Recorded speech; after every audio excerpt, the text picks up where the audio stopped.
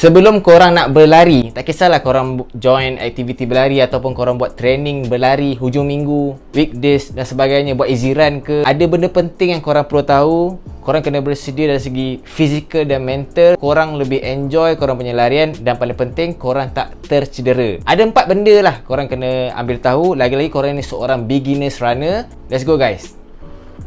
Sebelum korang nak mulakan berlari, korang kena buat warm up dulu. Korang kena buat macam dynamic stretching, buat macam arm swing tu ke. Bukan lebih kepada aktiviti yang intense tau. Korang kena buat macam brisk walk ataupun light jogging.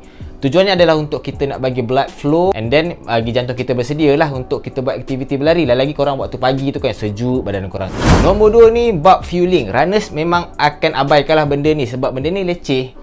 Jadi apa aku nak tekankan adalah korang kena tekankan tentang hydration. Contohnya korang kena amalkan minuman air sebelum, sedang larian dan selepas berlari. Benda ni penting untuk kekalkan air dalam badan kita, so kita tak adalah haus, kekeringan air dalam badan. And then korang rasa korang buat aktiviti yang macam long run, contohnya melebatkan jarak lebih daripada 15 kilo ataupun lebih daripada 2 jam, korang kena libatkan dalam electrolyte punya minuman. So cara ini korang dapat kekalkan intake pemakanan dalam badan. Itulah benda penting, fueling kena jaga. Okay. Nombor 3, gear dan korang punya safety kena ambil tahu juga. Apa korang punya kasut yang sesuai. Kalau korang nak buat easy run, korang nak buat sweet workout, nak buat long run, kasut-kasut sesuai ni membantu korang punya teknik larian dan korang punya efisiensi dalam larian korang. And then korang punya baju pun ambil kira jugalah. Adakah baju tu cepat kering ketika berlari, sebab baju yang basah membuatkan korang tak selesa. Kalau korang berlari waktu malam, pastikan korang pakai blinker.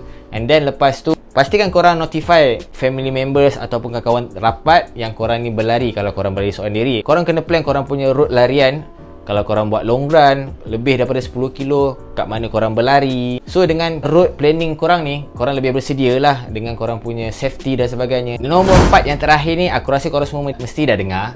Korang kena bersedia dari segi mental. Sebab korang nak berlari ni, kalau korang tak bersedia dari segi mental tau, memang susah sikit lah. Lagi kalau korang nak buat long run hujung minggu, dengan pagi-pagi tu kan nak kena bangun.